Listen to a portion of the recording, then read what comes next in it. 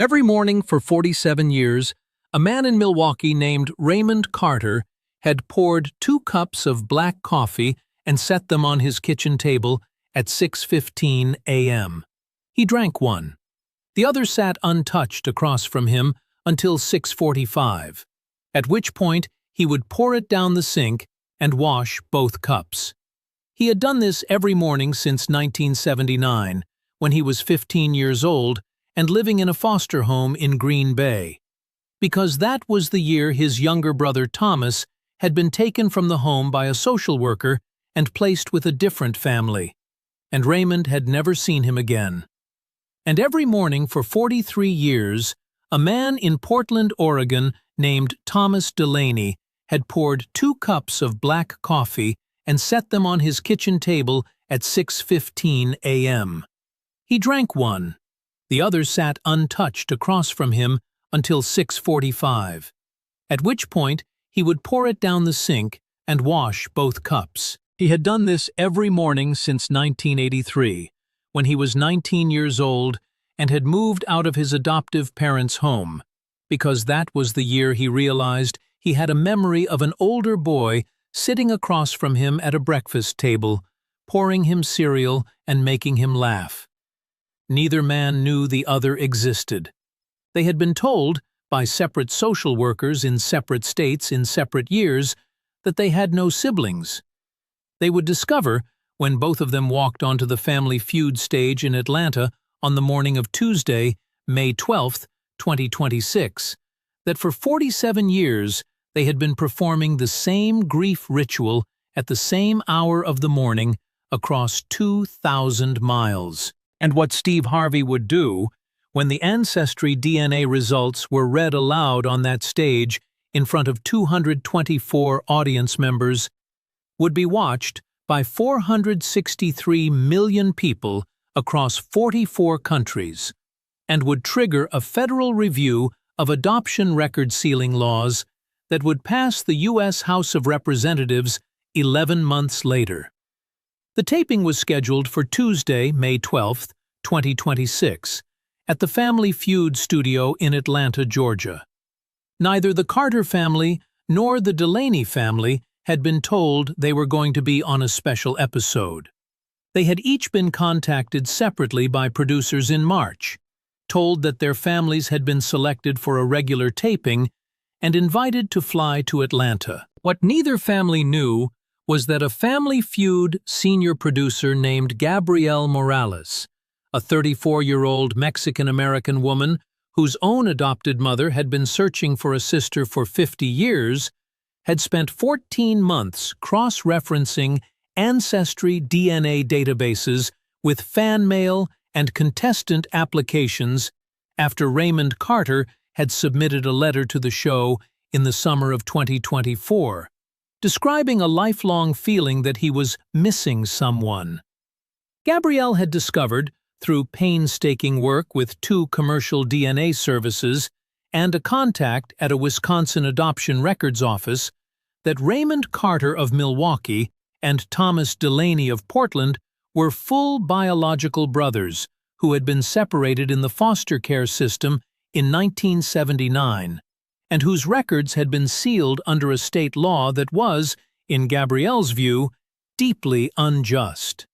She had brought her findings to the executive producer 6 months before the taping. The executive producer had brought it to Steve Harvey. Steve had approved the segment on one condition. He would not know which brother was which. He would meet both families cold that morning, host the game as usual, and the reveal would happen during a special segment after the final face-off. The only people on set who knew were Gabrielle, the executive producer, and 2 camera operators. But nobody in that studio knew what was about to happen. Raymond Carter was 62 years old. He was a retired city bus driver who had worked for the Milwaukee County Transit System for 38 years. He had never married.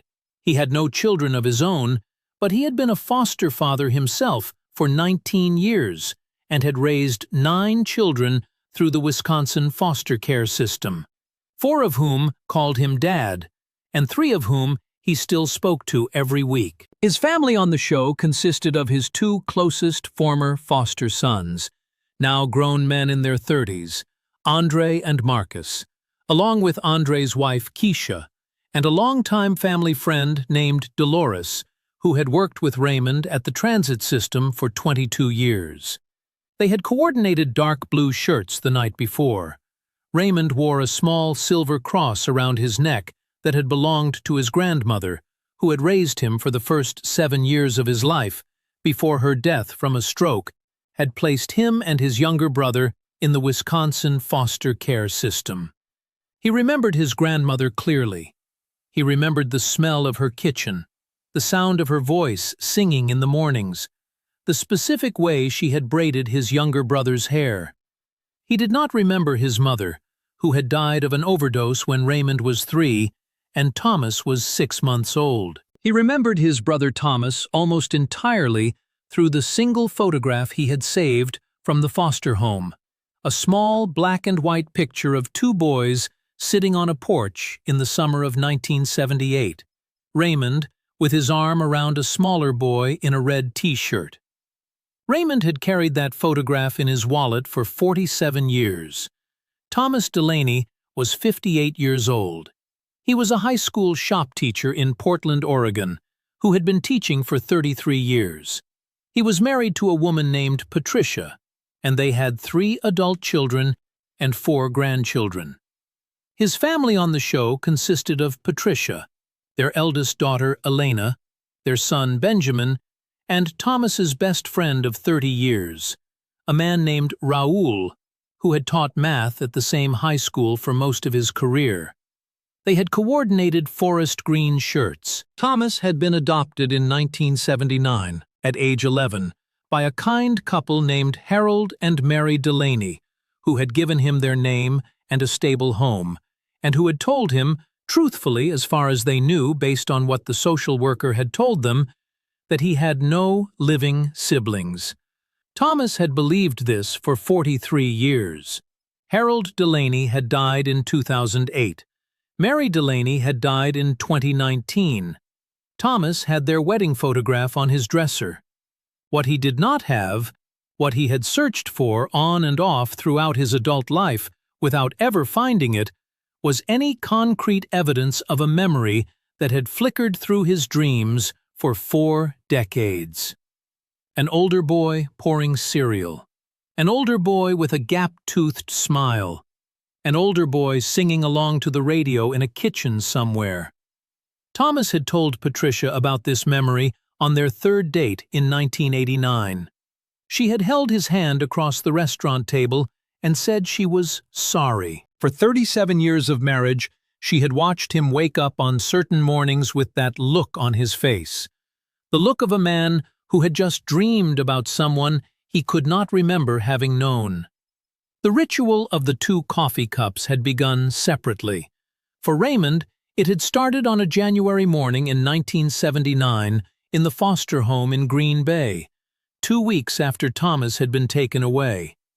Raymond had woken up at 6:15, the time he and Thomas had always gotten up to eat breakfast together before the older kids in the house came downstairs, and he had poured 2 cups of coffee out of habit, forgetting for the space of 3 seconds that his brother was gone.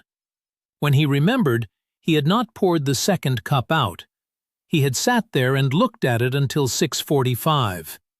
He had never been able to explain, even to himself, why he had continued to do it every morning for 47 years. He had done it in every house he had lived in.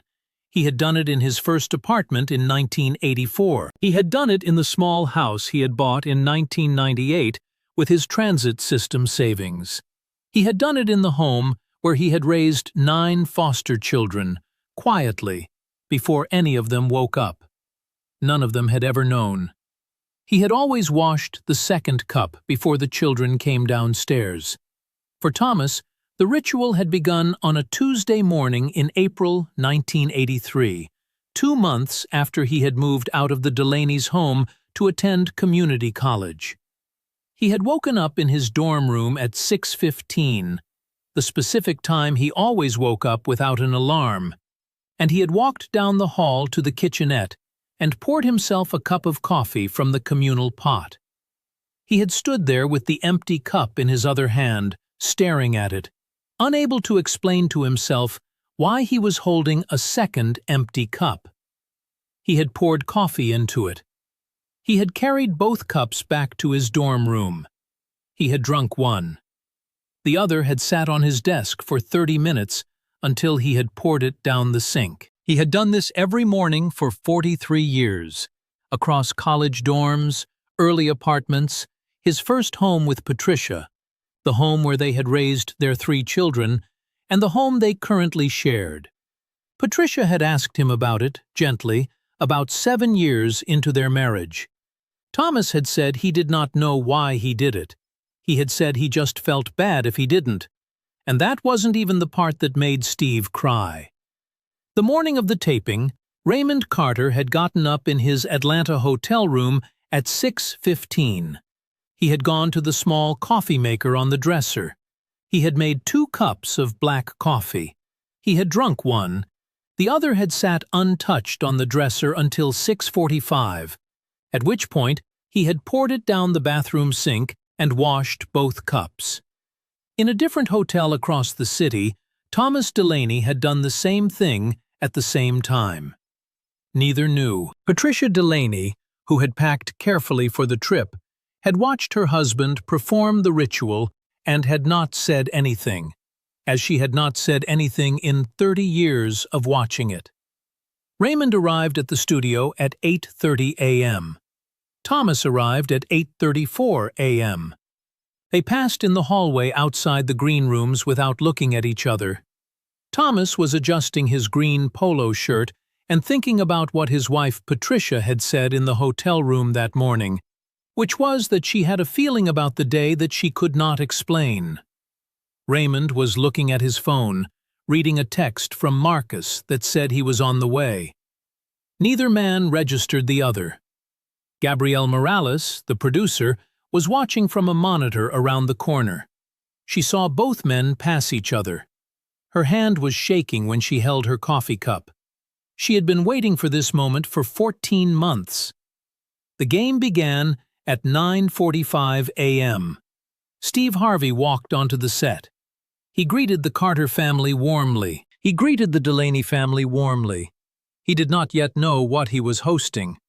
The executive producer had told him only that there was a reveal coming in a special segment, that both families had been vetted, that he should host the regular rounds exactly as he always did.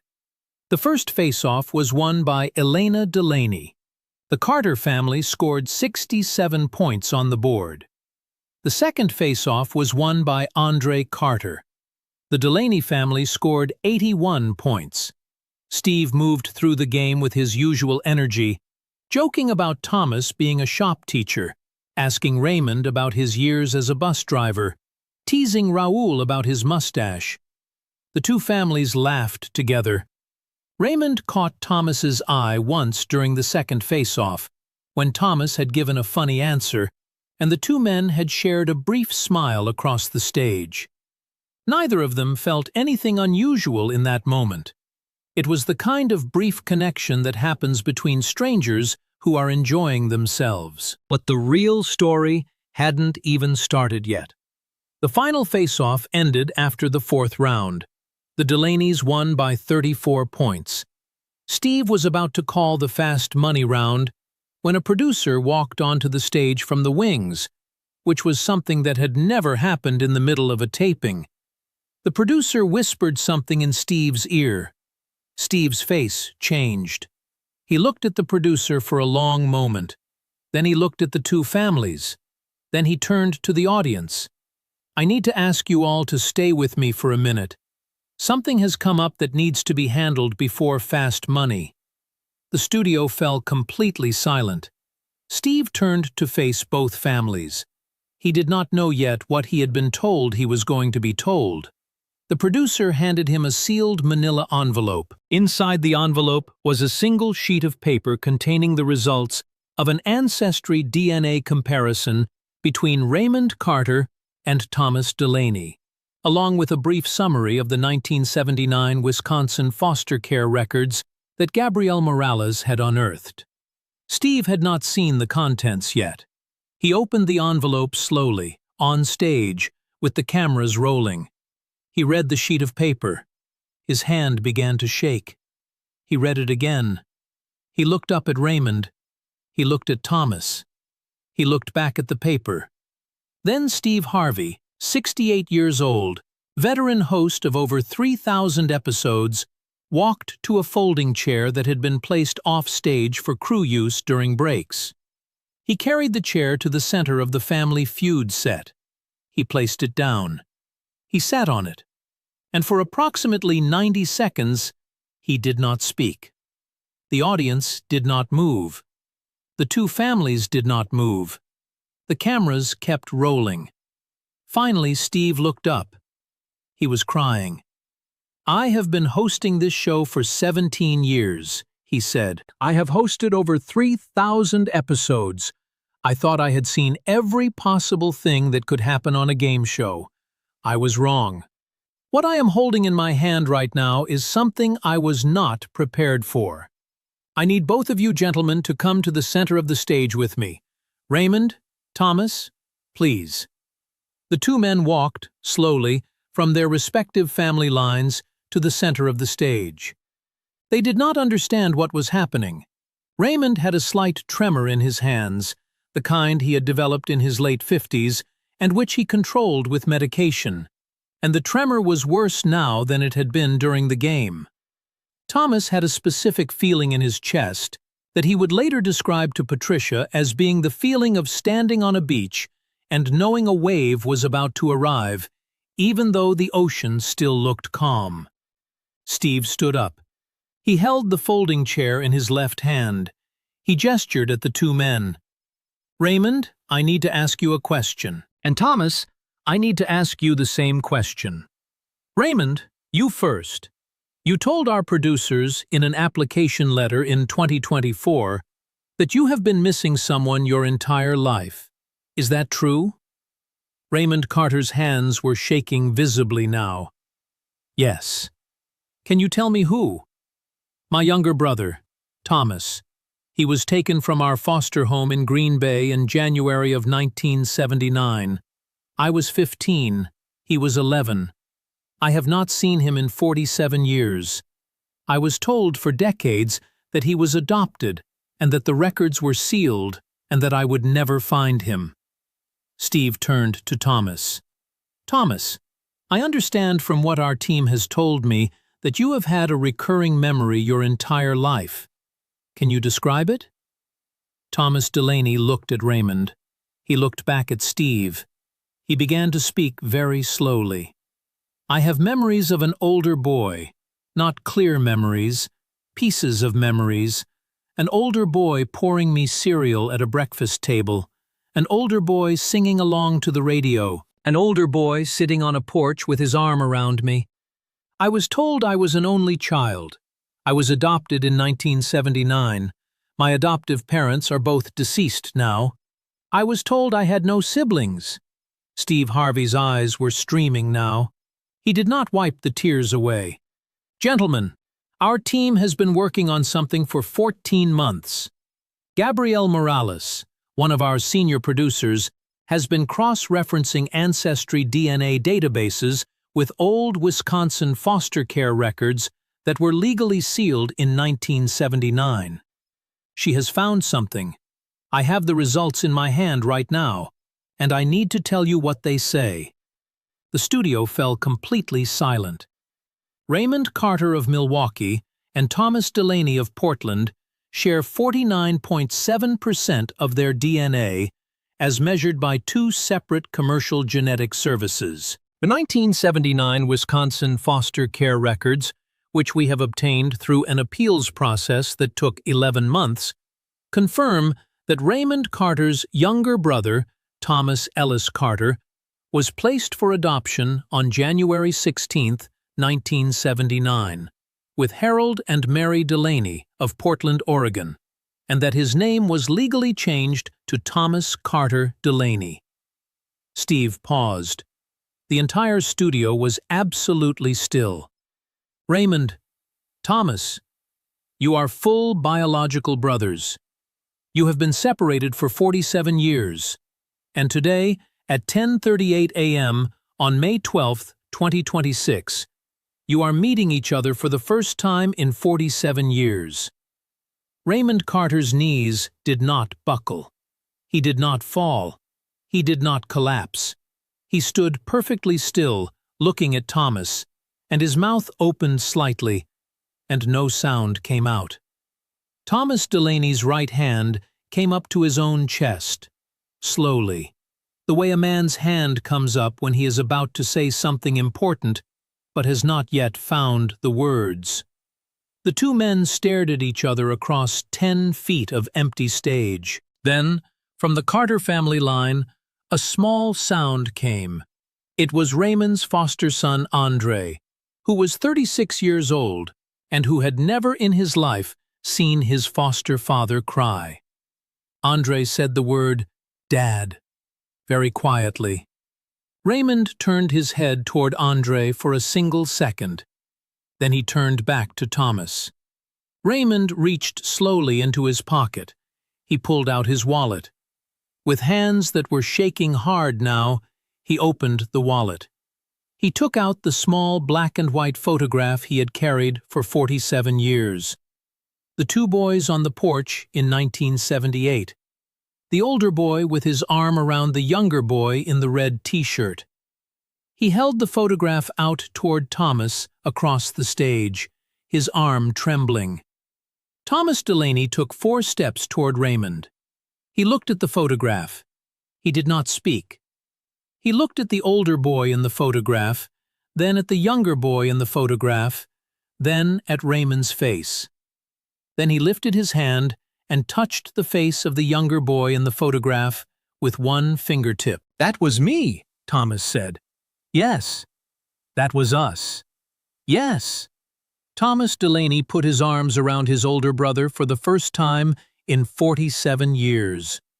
Raymond Carter, a 62-year-old retired bus driver who had raised 9 foster children and who had poured a second cup of coffee every morning for nearly half a century, held his younger brother and began to weep in a way that the sound technicians later said they had never recorded on that stage before. It was not beautiful crying. It was 47 years of crying that had never been allowed to happen. It was the sound of a ritual finally ending. Steve Harvey sat back down on the folding chair. He put his face in his hands. For the next 3 minutes, the only sounds in the Family Feud studio were the sounds of 2 grown men crying into each other's shoulders, and 224 audience members crying silently in their seats. Patricia Delaney, Thomas's wife of 37 years, stood at the edge of the Delaney family line with her hand over her mouth, and she was saying the same sentence over and over in a whisper nobody could hear. "Thank God. Thank God. Thank God." When Steve finally lifted his head, he did not make a speech. He did not deliver a monologue. He simply stood up from the folding chair, walked slowly to the 2 brothers, and put his hands on their backs. "I'm going to sit down in that chair over there again," Steve said quietly. "I'm going to stay quiet for a while. You boys take whatever time you need. The cameras can wait. The audience can wait. The show can wait. You've been waiting 47 years. We can wait 10 minutes. Steve walked back to the folding chair. He sat down. He stayed there in silence for 11 minutes. The 2 brothers stood on the stage holding each other. Slowly, gradually, they began to talk. Questions. The kind of questions brothers ask when they have been separated for almost half a century. Where do you live? Do you have children? What do you do for work? Did you remember me? Did you know I existed? Did anyone ever tell you about me? The questions went on for 11 minutes. Steve Harvey sat on the folding chair. He did not speak. The audience did not move. The crew did not speak. The cameras kept rolling, but Steve Harvey was carrying his own grief in that silence because the story his crew had handed him on that sheet of paper had reached into a part of his own life he rarely spoke about in public. When Steve finally stood back up, he walked to the center of the stage. Raymond and Thomas stepped apart slightly, still holding each other's hands. Steve looked at the audience. Then he looked at the camera. Let me tell you something I don't talk about often. When I was a little boy growing up in Welch, West Virginia, I had a neighbor named Mr. Earl. He was a coal miner. He had 3 sons. The middle son, a boy named David, was my best friend when I was 6 years old. Mr. Earl and his wife ran into hard times. David's family moved away in 1962, and I was told they had gone to Ohio, and I never saw David again. I thought about him for the next 35 years. I looked for him, off and on, throughout my life. I found him in 1997 through an old mutual neighbor. I called him. He remembered me. We talked for an hour on the phone. We promised to meet up in person. 3 months later, David died of a heart attack before we could schedule the visit. I have never forgotten that call. I have never forgotten that I waited too long. Steve's voice cracked. Raymond, Thomas, you did not wait too long. You got it in time. Do you understand what I'm telling you? You got it in time. But Steve wasn't done. He turned to the producer. Get me my phone, and get me Delta Airlines, right now, and get me the best hotel in Atlanta, the best one, and get me a reservation at the best restaurant in this city for tonight, for the Carter and Delaney families together. All of them. The foundation is covering everything. This is not a game show anymore. This is a reunion. And it's going to be a proper one. The crew began moving. Steve turned back to the 2 brothers. Raymond, Thomas, I want you to know that you are not going home tonight. Neither of your families. You are staying in Atlanta for 3 days at my expense. You are going to have dinners together. You are going to sit in hotel rooms and talk for hours. You are going to watch the sun rise together tomorrow morning over the Atlanta skyline. Because you have 47 years to make up for, and you're not doing it in a 15-minute game show segment. Do you understand me? Raymond Carter could not speak. He nodded. Thomas Delaney spoke very quietly. Mr. Harvey, we cannot accept. Steve held up his hand. You are not accepting anything. You are receiving something. There is a difference. Somebody sent my best friend David away in 1962, and I never got to say goodbye to him. I spend my whole life making sure that other people get to say hello. That is the job. That is the only job. Now you hush up and accept it. The audience began to clap.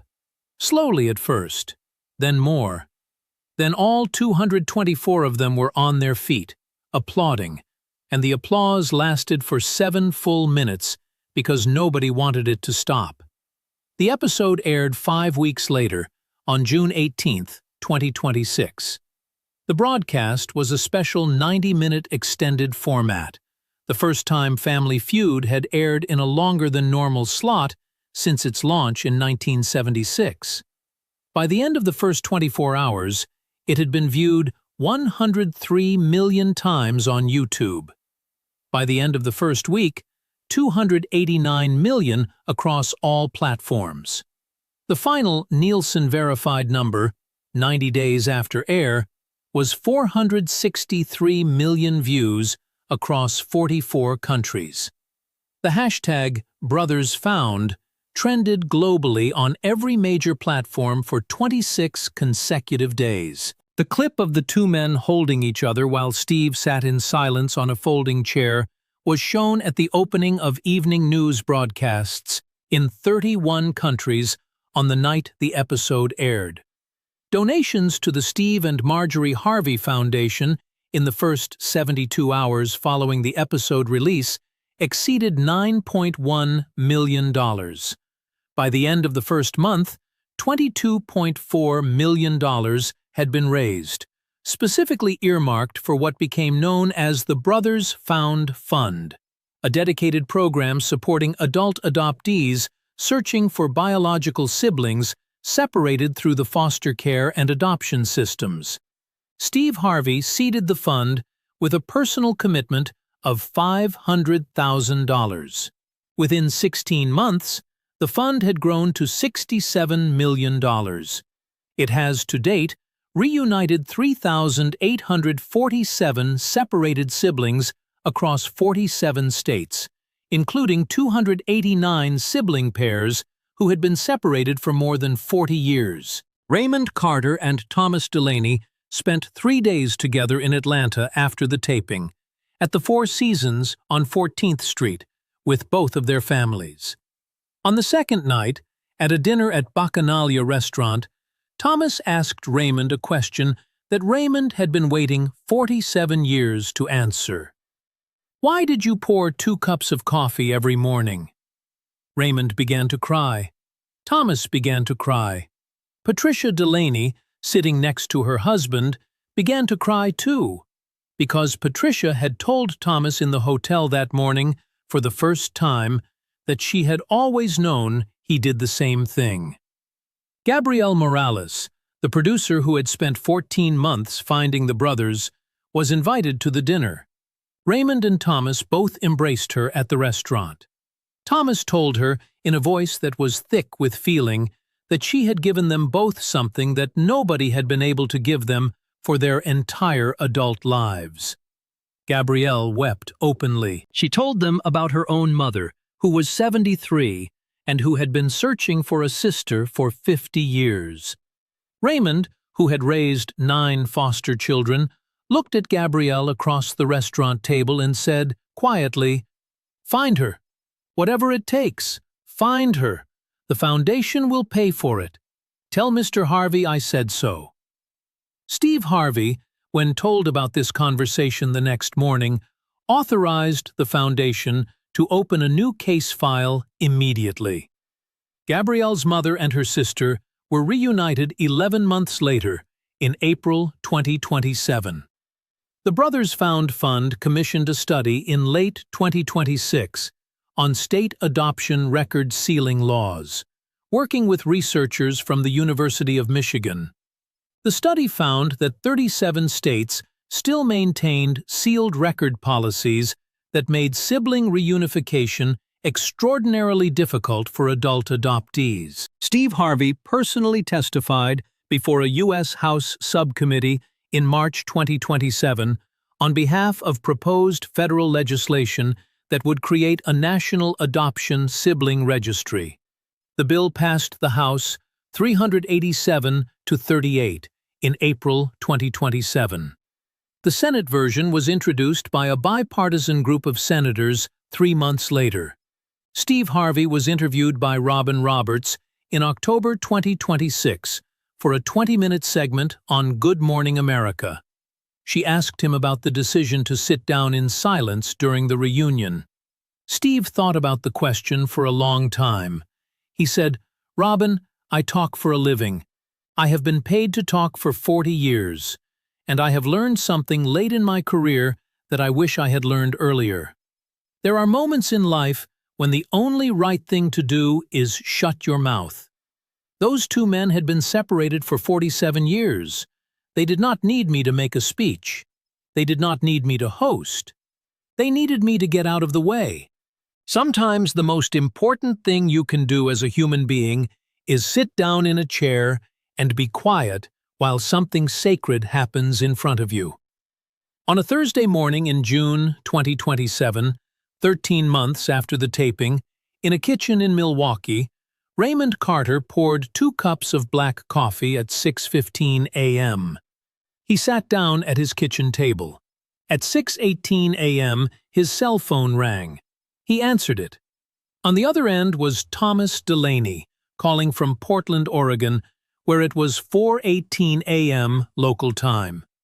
Thomas had set his alarm for 4:15. They had agreed to call each other every morning at the same time they had both been pouring the second cup for decades. They did not talk about anything important on these calls.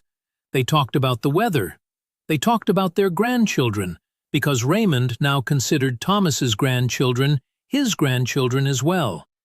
They talked about the news. Raymond would sip his coffee, and Thomas would sip his, and both second cups sat next to them on their tables. And the second cups were drunk now, because there was no longer anyone to pour them for. Sometimes two men perform the same grief ritual for 47 years across 2,000 miles without knowing the other exists. And then one morning they meet on a game show stage, and the ritual becomes something else entirely. Sometimes the most important thing a host can do is carry a folding chair to the center of the set and sit down in silence while something sacred happens in front of him. And sometimes the second cup of coffee that has been poured every morning for almost half a century is finally, quietly, lifted to someone's lips on the other end of a telephone line. If this story moved something in you tonight, take a moment to subscribe to this channel and turn on the bell so stories like Raymond and Thomas's keep finding you. Share this video with somebody who has been searching for a person they lost a long time ago. And in the comments, tell us the name of someone you have been missing, because this community would like to hold their name with you tonight.